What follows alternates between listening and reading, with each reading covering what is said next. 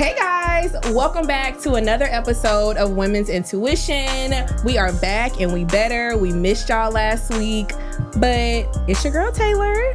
Hola, mis amigas. Mi ama Alexis. This girl that came back. Where you went to Mexico, Puerto Rico? Mexico and the Bahamas. How was it? It was lit. I would say my favorite trip so far in my life. That's good. Yeah, I did. I realized I start to rate my trips by like the fun stuff I do on them. Mm-hmm. So up until now, it was Colorado. I had, because, you know, the snowmobiling and doing that whole experience. And then this time, I got to see the Tulum ruins, and I went to a couple cenotes. I jumped off a cliff into like this fresh body of water. You did? Girl, yes, I have it on video. Jumped off a cliff into the water. It wasn't the highest of cliffs. Was you nervous? The first time, no. I was the first one out of the group to do it, so everybody was like, wow, she's brave. Girl, we went to the second one, and I went right up there to go up the cliff. And you bitched out. Everybody was watching. This one girl was vlogging. She's like, hold on, girl, I got you. Girl, I looked down. That one was way higher. I was like, sorry, guys. I hate to waste everybody's time, but I'm going to have to go back down.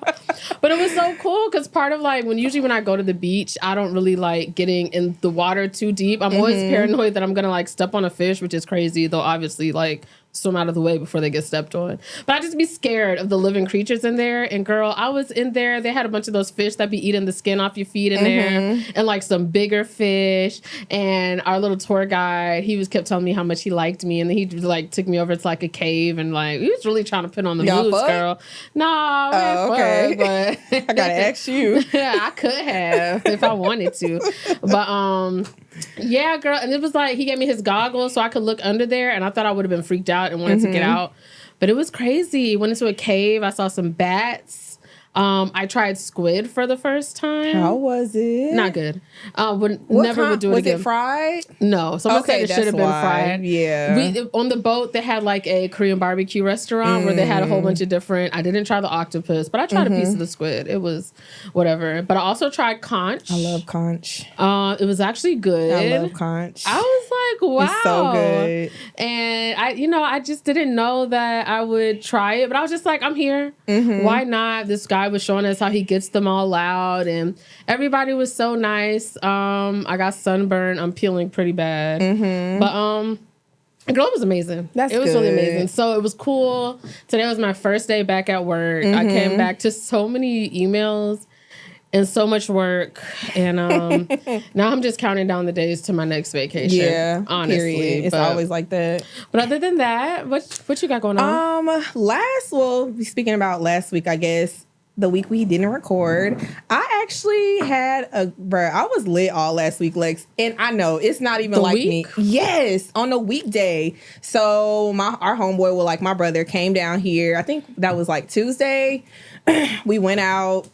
Bitch, got lit as fuck, like randomly. Like, I don't understand how we got so lit. Right. Came back home Wednesday or Thursday, my best friend hit me up and she was singing for karaoke. And she's like a singer, and I haven't heard her sing in like a long time. And she was like, we coming to going to karaoke, pull up. And the place is like 3 minutes from me. So I'm like, how can I not go? You know? So I'm like, bet, pull up. Bitch, her husband already had like shots ready for us. So I'm like, okay, cool. Y'all already paid for a round. Let me get another round. So we buying rounds of shots, bitch. We lit. Like, they singing, bitch. I did karaoke. Like, what song usually, you do? Monica. Which one did I do? Love You So Much? No, yes. Why I Love You So Much. Okay. Yes. And then I did Lovers and Friends. Okay. That shit was lit. Okay. Yeah. So we lit. Afterwards, he like, oh, y'all trying to go to the strip club? Bitch, why was we in a strip club on a Wednesday night in Legs? I fell in love with a stripper. Okay. Y'all, I fell in love with, like, she was she so like bad. A slim one, or was she a big she was booty like, monster? No. She was like slim. She was like not even thick, like, but she had a really nice ass. I basically was like, she took all my money.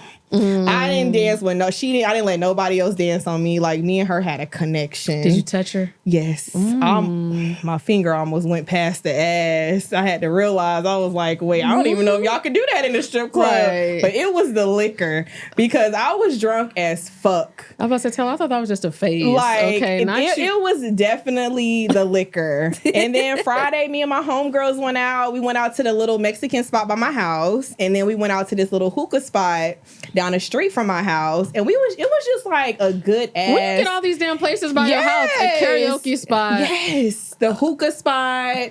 I'm like, well, that's nice not having to venture out into the damn city. And that's why feel like it was so much fun, because usually, we be having to drive like 30-40 minutes away from where we at. And I feel like that kind of be taken away from the fun sometimes, because you got to figure out parking, you got to pay for parking, you got to figure out, okay, how far we got to walk from parking. It just be a lot. Make sure we don't get towed, make sure our car don't get broken into. Who driving, who car we getting in. It's just, it don't even make you want to go out no more. But like, last week was really lit for me. Like, I'm not even gonna lie. So it was a good week for the women's of intuition. Let's go ahead and toast to that, bitch. Let's toast to that. Let's toast to that. Also, Valentine's Day is coming up, and we're protesting. Why? Oh, I ain't protesting. Why we protesting? I'm protesting. What you say? Mwah, no, man. Yep. Why? No, man. Cue sad song. Why we protesting? Oh, I don't know. We're in all black. It's just, it's a capitalist holiday to get you guys to spend money on cards and fake tokens of affection, where you should be showing it every single day for your partners. But do you have plans? No. I don't know. No, it could be with girlfriends. I have plans. Yeah, I have girlfriend plans, but I can always change them plans for some real plans. Yeah, something comes about. So but I got plans set in stone though. What about you? Yeah, no. So do you have any intuitions this week? Intuition, not really. You know what? Yes, I feel like my intuition. I've been doing so good. I ain't been doing real good working out, but I have been doing good with eating. Okay. So my intuition has told me to continue to do good. I've been cooking. I went grocery shopping. I've been drinking my water like I'm supposed to. I've been eating my fruits. It's just trying to get workout in my schedule, because at first, like, I would pick and choose like what days, I have my little side hustle. But now, usually when I get off work, I'm always either working or doing hair, or like now we recording. And so I really don't have time to like incorporate like working out, which it could be an excuse. I could go early in the morning, but I'd be done with hair at like 2:00 in the morning. Who wants to get up at like 6 and then have to be to work at 8, So I just got to find a way to incorporate working out. But my intuition has been telling me to stick to my nutrition plan, and I have. Okay. And I'm proud of myself. That's good. What about you?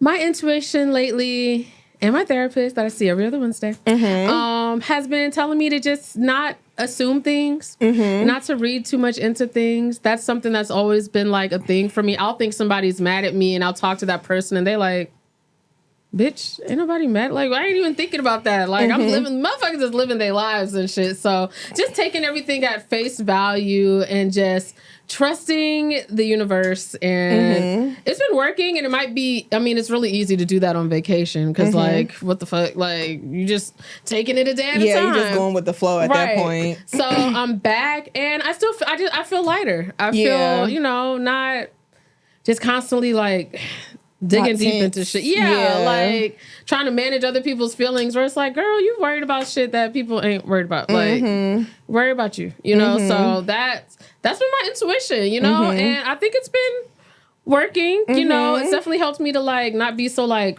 overbearing. I feel like it's just like, let shit happen, bitch. So that's my intuition, and it's been doing me good.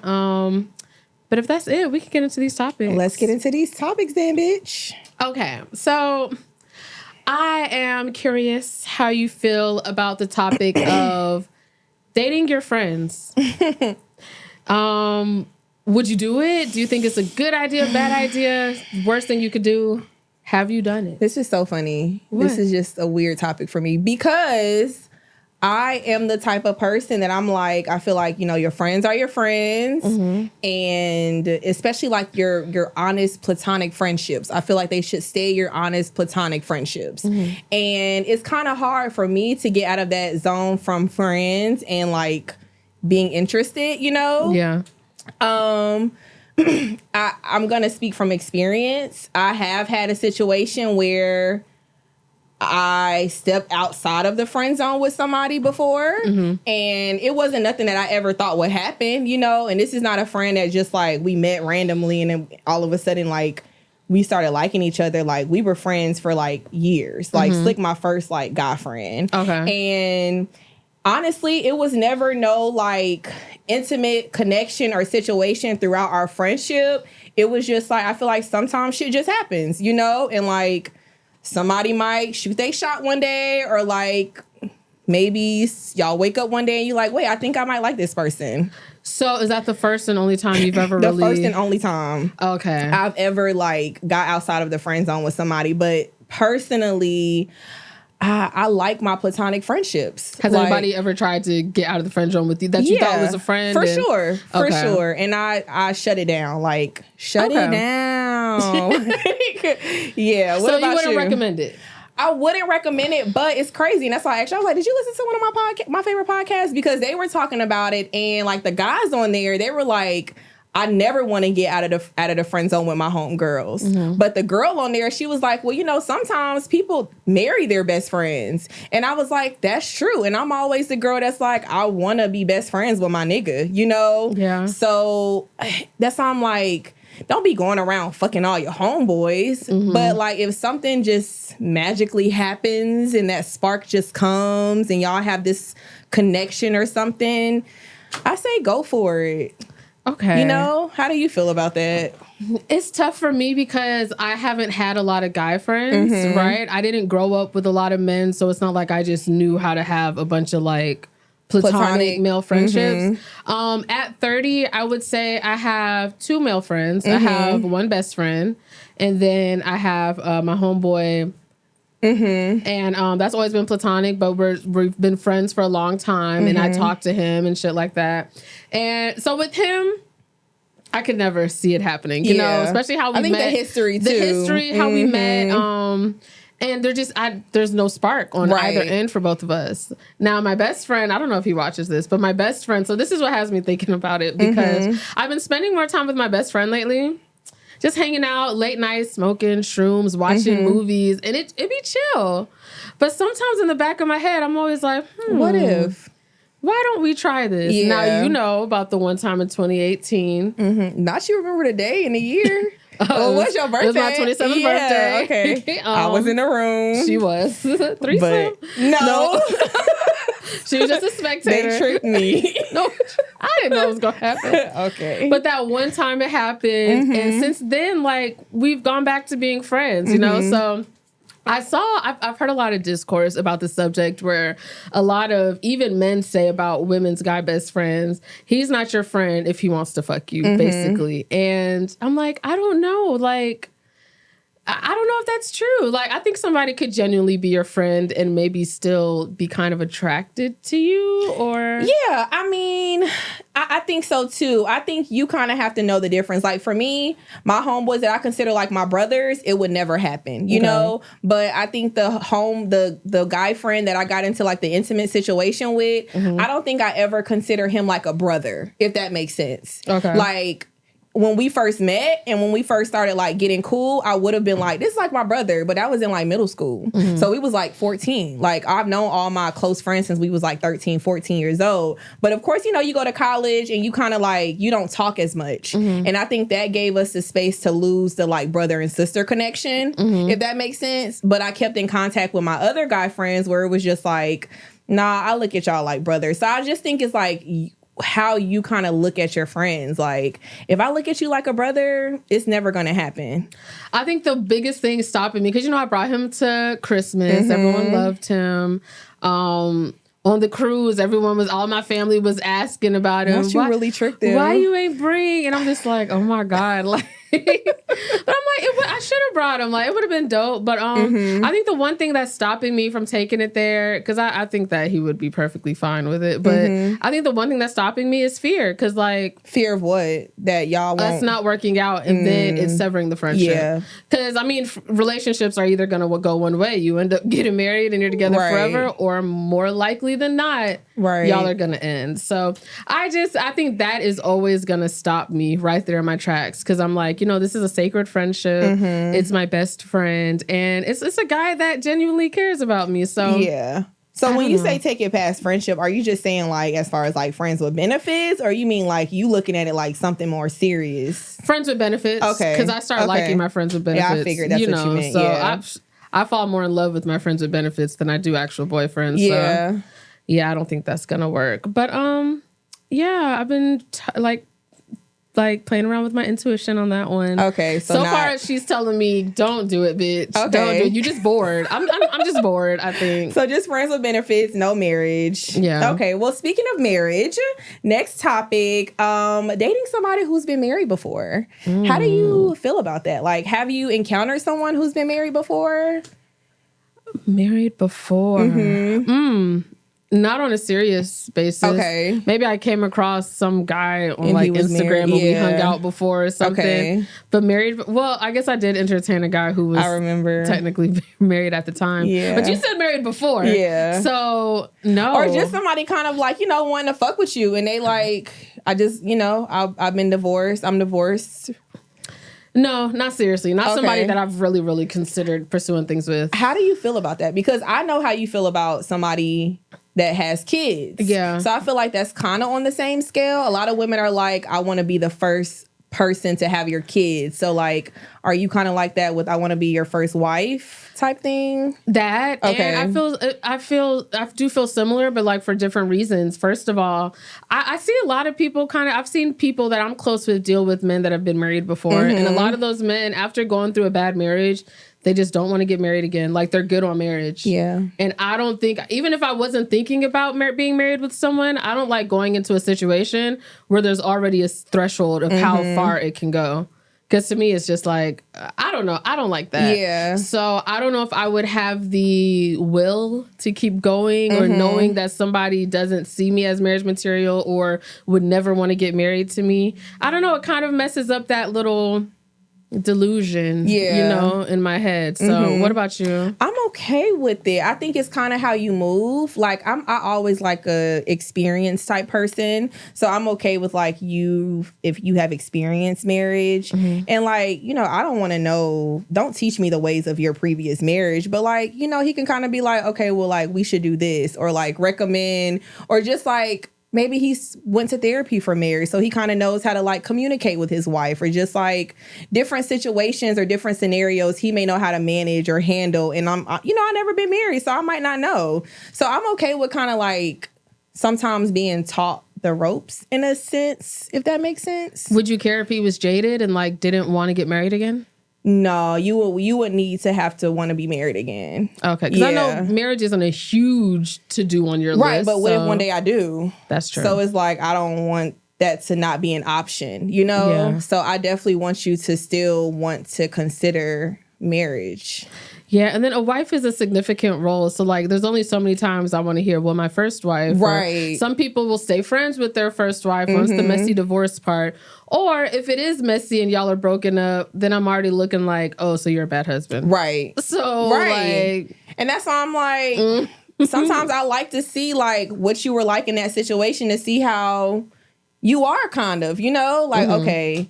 You were a good person. I can tell you were a good person. Like, you don't be out here dogging your ex-wife or whatever the situation may be. Yeah. So I think I would be okay with someone being married before. Okay. Yeah. Yeah, we're on two different sides, but we'll put a poll up, see what y'all think. Okay, so I want to jump into, it's Valentine's Day season, it's lover season. It also means that on the 14th, there might be some people making apologies. And I'm curious as to, before we get into the test that we both took, I'm curious, how do you feel about the saying the apology should be just as loud as the disrespect? I don't too much agree with that. Yeah, I mean, it sounds good. It sounds good, but like... That means a caption?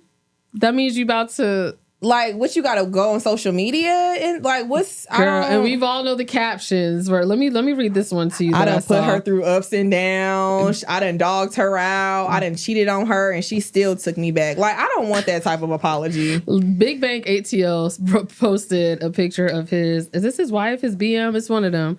And it says, after all the bullshit I've put you through for 29 years straight, I can't believe you still have the strength to still smile. See? Love you for life. That shit is embarrassing. Why would you say that? That is embarrassing. And niggas really be saying shit like that. Like, she after had everything, 3 of my kids. Right. I had 3 kids on her. Mm-hmm. And she still held me down. Yeah. I stole her car and crashed it. Yeah. She took the bus. I was never frowned. I had all these bitches coming to visit me, and she still held me down for 10 years. Mm-hmm. Like, why would you say that? That's embarrassing. Now, I wouldn't mind, and we both took these apology language tests because y'all have heard of the love language test. So there is also an apology language test to see how exactly you like to receive your apologies. And mine that I got back was restitution. Yeah, I could see that. Is that what you got? No. Oh, okay. I could definitely see yours though. But I want to explain it because I was trying to explain it to somebody else, and they were like, "Oh, so you like money? Give me money or whatever." And I'm like, "No, it's not just money, but it's like, how are you gonna make this right? Yeah. Like, a sorry only means something the first time. You need like something like tangible. How do you want to make this better to make me feel better? So this is what it says: for you, actions speak louder than words. If someone wrongs you, you feel most comforted and validated when they make a clear effort to repair any kind of damage you caused. On a similar note, you feel most comfortable apologizing through your actions. If you end up hurting someone, you're immediately on the lookout for ways to make things right, which is true. I am one of those people, like, you know, if I was late or something like that, how can I compensate you for your time? Or, you know, that's also how I like to rectify things too. So it makes sense that I would want it back. So in the sense of restitution, I do think that your apologies should be as loud as the mistake. And yeah, make the Band-Aid come off a little softer with some flowers, or send me a cash up for some lunch or something like that. Yeah. And I'll be like, I mean, okay, like he did something nice. So what about you? Mine is definitely repentance. Okay. And that sounds like me. When I was reading, I was like, oh yeah, for sure. So it says, people whose apology language is genuinely repenting see a tangible change of behavior or the promise thereof as an essential component in apologies. To them, a sincere apology is evidenced by making or wishing to make specific commitments or plans to better oneself as a person and then following through in those areas. To people with this kind of apology language, action speaks louder than words. Okay. Yeah, for sure. Like, I need you to know, like, you messed up, and you need to realize that you messed up and you need to change the behavior. You need to see that, okay, I fucked up. This is where I need to change within myself. And I definitely think, like, that's how I am. Like, don't just apologize to me. Like, don't just say you sorry. Don't just, like, give me stuff to apologize. I need you to, like, show a different side of you to kind of like, okay, I realize I fucked up. Let me mature from this situation. Yeah. And that's definitely me for sure. Okay. What about navigating like friendships and relationships in the past year? I've given and I've seen some apologies given. And I'm curious, when you receive an apology, me personally, when I receive an apology, I don't just need you to say I'm sorry for what I did. I'm one of those people who does want to know why you did it, right? So I would want an explanation, like, this is why I did it. However, to other people, that might seem like making excuses, like, I don't care why you did it. You need to apologize, and that's it. Do you think that the backstory means something, like understanding where they came from is necessary for you? Or, you know what, Lex? Honestly, I think it depends on the situation. I think sometimes I don't really care about why you did it. I think it just... Is that like the severity? Like, if it's really bad, it doesn't matter? Right. If it's really bad, maybe. Or sometimes it's like a character flaw. And I can't change your characteristic of who you are, you know? So sometimes certain things that people do or how they move, you might be sorry on the way you made me feel, or you might feel bad for like making me feel like, damn, like you fucked me over. But a lot of times, 9 times out of 10, I can't really get that out of my head, you know? So I don't really care about why you did what you did. And a lot of times, like, you know me, I don't really need an apology. Like, I kind of just move accordingly. Like, I see who you are as a person. I see how you move. I don't really need an explanation. We just don't align. Oh, oh Lord.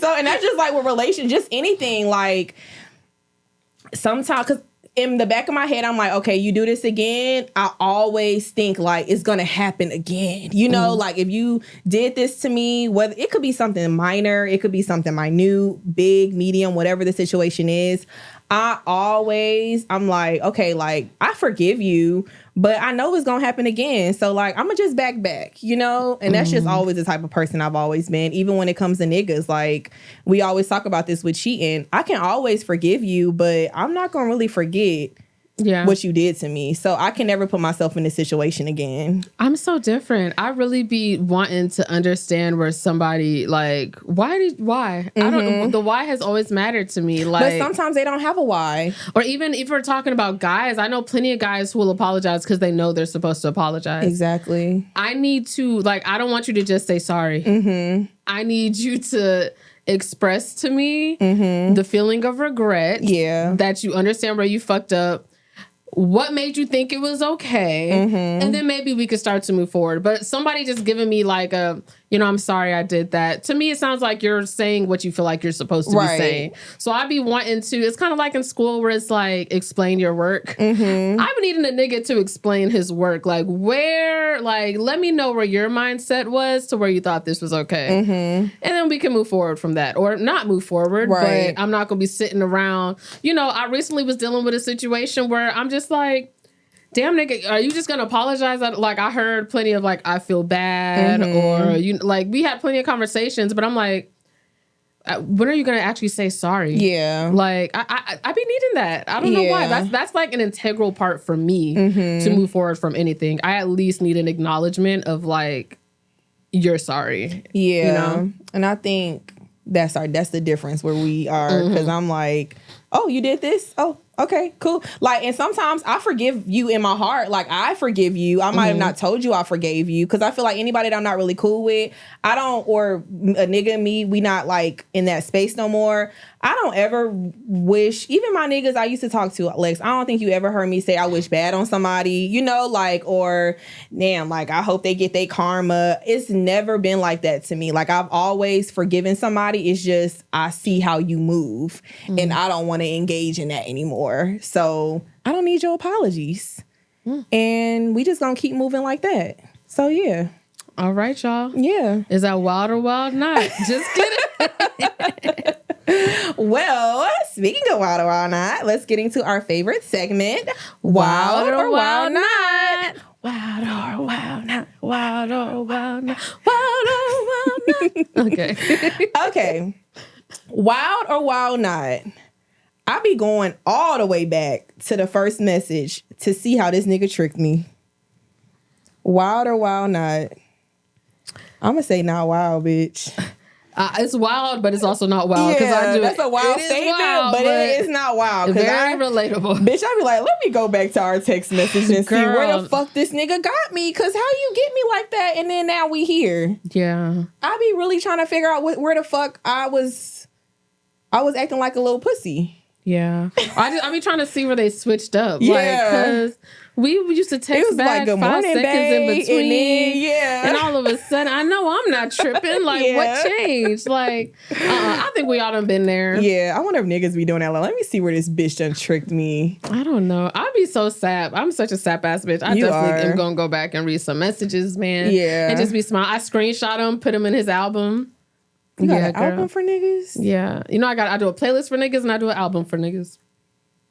Damn, that's crazy. Girl. It's lovely. Yeah. I don't think I'll ever get there. Even going through heartbreak, it's so convenient to just go through. But like you the type of bitch, Lex will be going through a heartbreak and you will make your heart more broken. Yeah. Like, why do you do that? Like, you'll play the saddest fucking song sometimes you find comfort in things that you kind of had to find comfort in a while. Like when I was younger, I don't know. I used to always have my heart broken when I was younger. But girl, you also like in high school. too. Yeah. And so now I find comfort in that shit. Like even like when it comes to like being weird, like I find comfort in being a little weird to now it's getting to the point that my kind of weird isn't weird anymore. Like everybody like there's nothing weird about me anymore because everybody's kind of on their weird shit nowadays. Yeah. And so now I'm like out of my comfort zone because I'm like, damn it, am I a part of the masses now? I always thought that I was just a differenter, but now it's like, well, you know, it's just a comfort in these like little areas where I probably shouldn't find comfort. So, yeah. Yeah, no, that's not me. I'm not like that at all. A little heartbreak will do you good, girl. I'm playing Trina. Can't trust these niggas. No. Okay, Miss Valentine. Maybe Valentine's Day plans. I'm saying if I break up with a nigga. Okay, so my last topic for today, my personal last topic, is going to be a little sadder.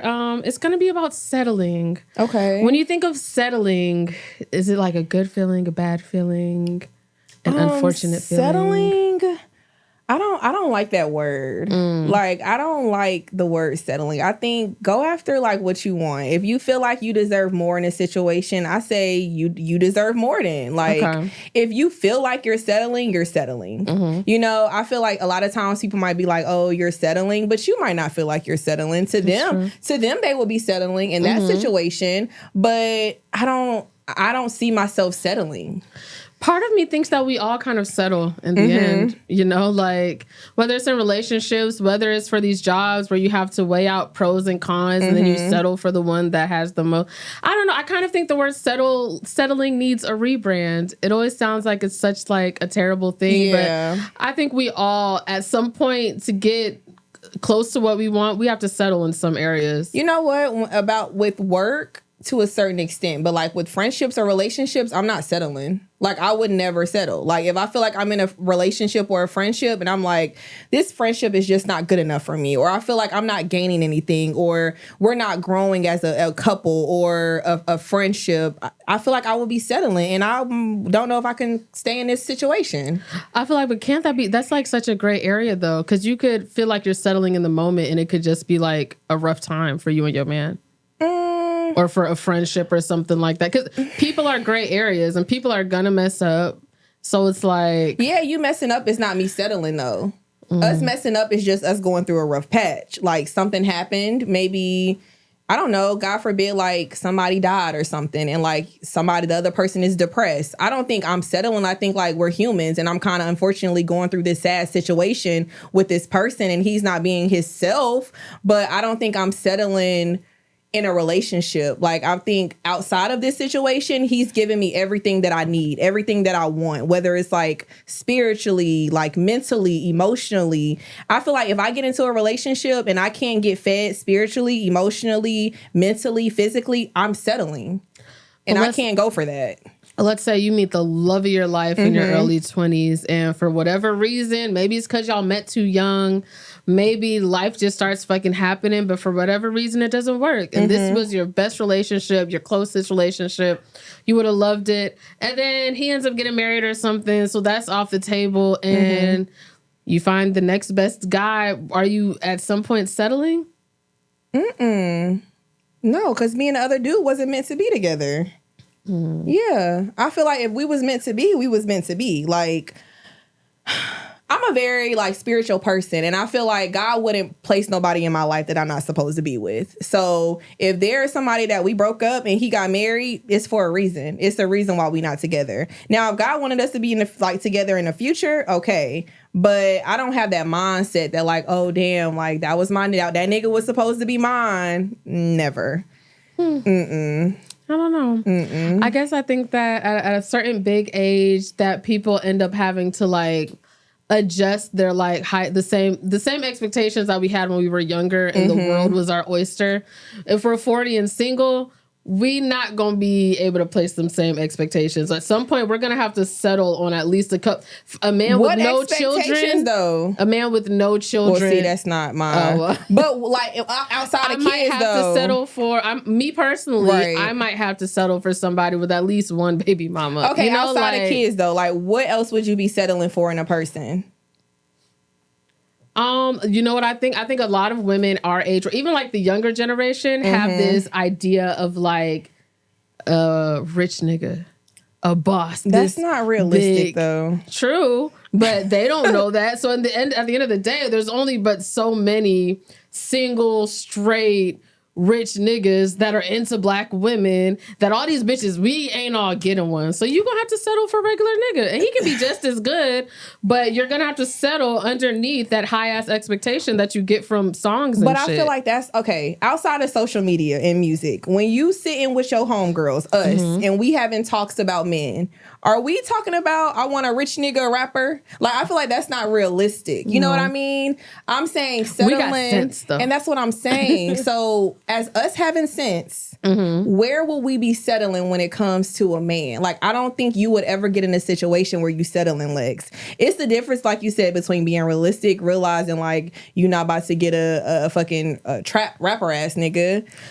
But I would say maybe if I was in a marriage and I have a kid and I get through this funk where I'm just not happy, I could see myself settling at least for a little bit to try to, I don't know, see if it'll work, because I have a reason to stay, because it's the kid, it's a marriage. I'm going to fight harder versus, you know, so maybe in that situation, I might settle for certain things that I probably wouldn't have settled for if I was fucking single, and I would have been like, I'm getting the fuck out of here. But I don't. I'm not seeing it. Yeah, I just don't know if that's because I feel like relationships are not perfect. You know, like you have your downs. Like you're not going to be in a marriage for 30 years and everything is peaches and cream. You know, I feel like as long as, for me settling will be in with somebody who doesn't believe in God. That's me settling. Okay. That's me saying, okay, fuck my belief, my values, my morals. This nigga is available. He wants me. I'm going to go with it. That's me settling. Or let's say you meet the perfect guy, man of God, all of that stuff. He has a newborn. But, and I know there's a certain age thing for you when it comes to, you're okay with kids, but there's a certain age to where it gets tricky. Could you see yourself settling for a guy with a newborn if everything else was good? I said this before. Depending on the situation, I would date somebody with a kid, with a newborn baby. I've said this. Depending on the situation, it really, like, we have to have clear, it really depends on the situation. I'm not saying I'm gonna meet a nigga at the gas station today and he'd be like, oh yeah, my baby just popped out last week. Like, but it really depends. Like, I don't know. Like, you say you just but honestly, I don't know how I feel about a nigga at our age, 30, almost 40 years old, and you kind of just like fucking bitches raw and you don't have no intent. You know what I mean? So yeah, it really depends on the situation. That situation, you just telling me you randomly fucked a bitch raw and you got her pregnant, we don't align. We don't have the same morals. You know what I mean? That happened to me with New Jersey. He tried to come back. He was like, I mean, yeah, but I don't want to be with her. And I was like, you think that that's flattering me, that you don't want your BM who just gave birth to your son, but it's really making me see you don't have any discernment. Yeah. Like, you don't have any self-control. And you just got this bitch that you don't even like pregnant, and I'm supposed to be flattered that you don't fuck with your baby mama. So yeah, it just that was depends. A tangent. Yeah. Okay, well, we're not gonna come out on the same side on this. Taylor believes it's possible to never settle. You'll never settle. Never settle, bro. Never settle. And no. I think I'm a little more pessimistic, and I think that at some point everybody ends up settling somehow. And so y'all let us know what you think. Yeah, let us know what y'all think. Yeah. Okay, next topic. Do you believe in always speaking up, or sometimes should you hold your tongue? So just depending on the situation, you know, whether it's in a relationship or whether it's at work or your friendships, and maybe a situation happens and it's like, do you feel sometimes you should always say how you feel, or sometimes it's more so I'm gonna just kind of like step back and let shit play out? That's a good one. I think both. I think a lot of times if I'm not directly affected, or if I think that it's not really any of my business, sometimes I do have the tendency to just sit back and let it play out, you know? And I would expect the same in return if it was like me and my man go, you know, stuff like that. Obviously, if it's something crazy, like, Right. you know, I'm gonna, if I can't say anything in the moment, because if a nigga's beating a bitch ass in the street, I'm not gonna go jump in, but I'm gonna call some, but like something gonna happen, you know, I'm gonna jump in there. But I do really think that sometimes you do have to hold your tongue. It's tough. It's tough to know. Because you also, you know, everybody wants to be a real ass bitch. I want to be a real ass bitch all the time, but also it's like boundaries. Yeah. And knowing when to insert yourself and when not to insert yourself. And to be honest, you could still be wrong. Like, it just, you know, you just got to pick whichever feels right in the moment. Yeah. I think I've had bad luck when I was younger, kind of like speaking up about certain things that ain't have nothing to do with me. Me too. You know? I done lost some friends over that. So I think gradually as I got older, I've kind of been more so like reserved with that. Like, I'm gonna just hold my tongue.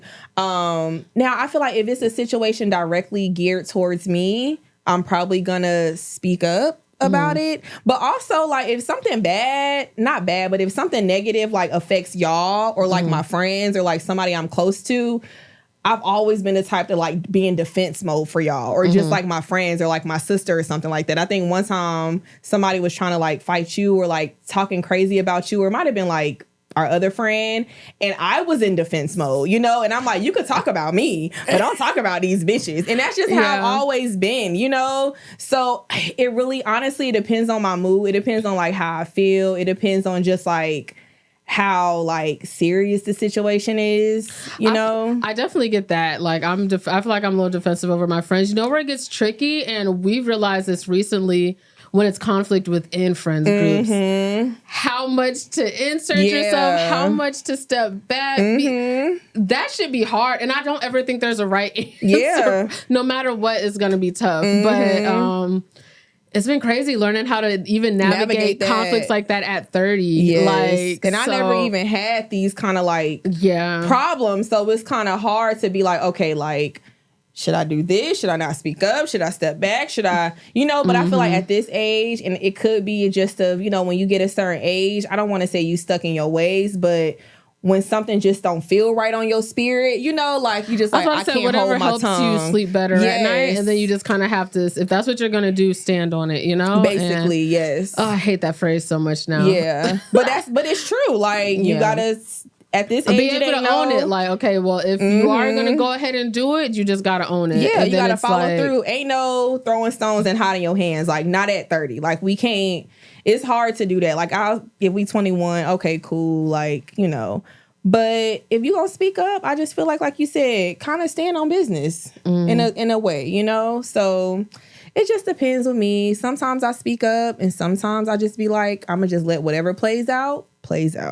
Yeah, I think lately I'm more of a what plays out. Yeah. Like, I'm like, you know what, just because me, if I get invested in it, I'm gonna be going crazy. I'm losing sleep. Yeah, you definitely losing sleep. And girl, and I've realized I have not been losing sleep lately, and it has that been shit feel feeling good. So good. I forgot what we was talking about the other day. I forgot, and I was just like, sometimes you just got to do what you got to do, because I'm not going to lose no sleep over nobody, whether it's a situation, a nigga, or a friend. Like, it's just not in my gut to lose sleep. I still lose sleep if it has to do with me, but if it's not directly tied to me, I'll be like, let me just give it to God. Let me give it to God. That's all you can do. Because I'm already stressing about some shit that's going on with me, so I don't got time to be like... But yeah, girl. Okay. Well, to bring out the show, let's go ahead and do these MySpace songs. I don't know if I have one. Yeah, I'm like, damn, I don't know if I really been like on my MySpace song shit. I was listening to old shit on the cruise, you know? How about... Bear with us. Oh, you know what? Cole Bennett. He is a videographer for like Lil Yachty and them, and I love me some Lil Yachty. He came out with a project called All Is Yellow. Okay. Lyrical, I guess he did it under Lyrical Lemonade. That's like his little brand or whatever. But he has so many of my favorite people on there. Lil Tech is on there, Chief Keef, Lil Yachty, Kid Cudi, Juice WRLD's on there. He even got Baby Tron, Eminem.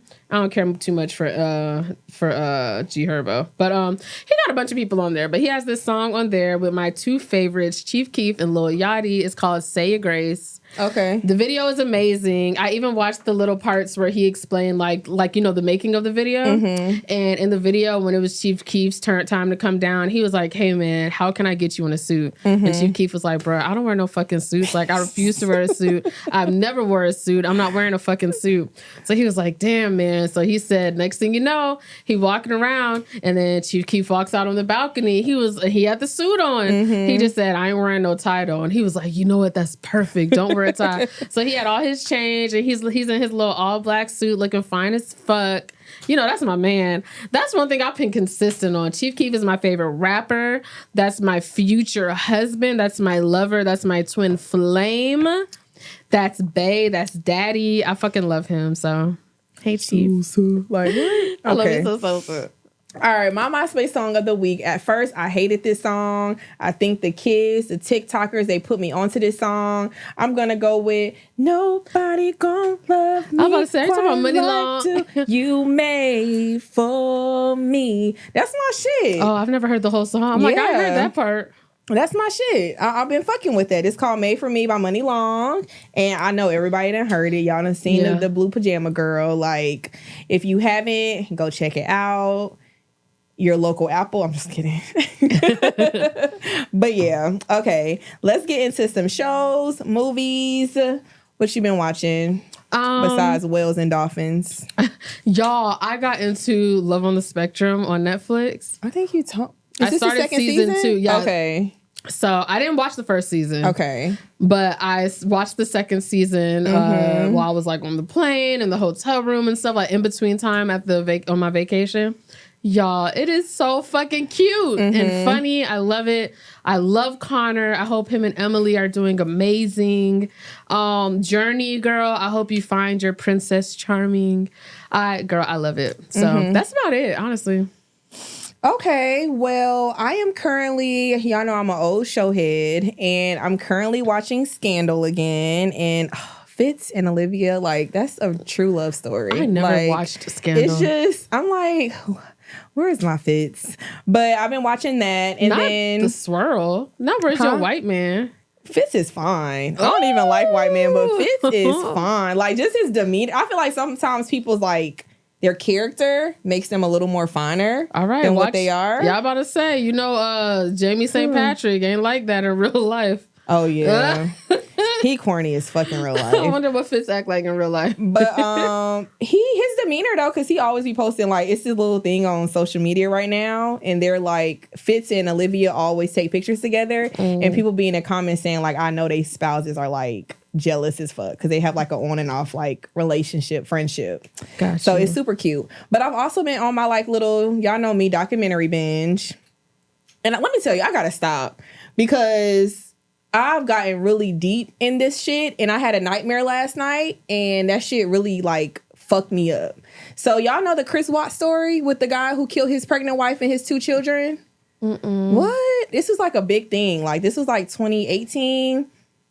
He basically like choked his wife in the house, drove her body and the 2 girls, they like 3 and 4, they in the back seat alive, drove them to his job site, buried the wife's body, put the 2 girls while they were alive in the oil rigs at his job. And he basically like, it wasn't even 3 days. This nigga got caught.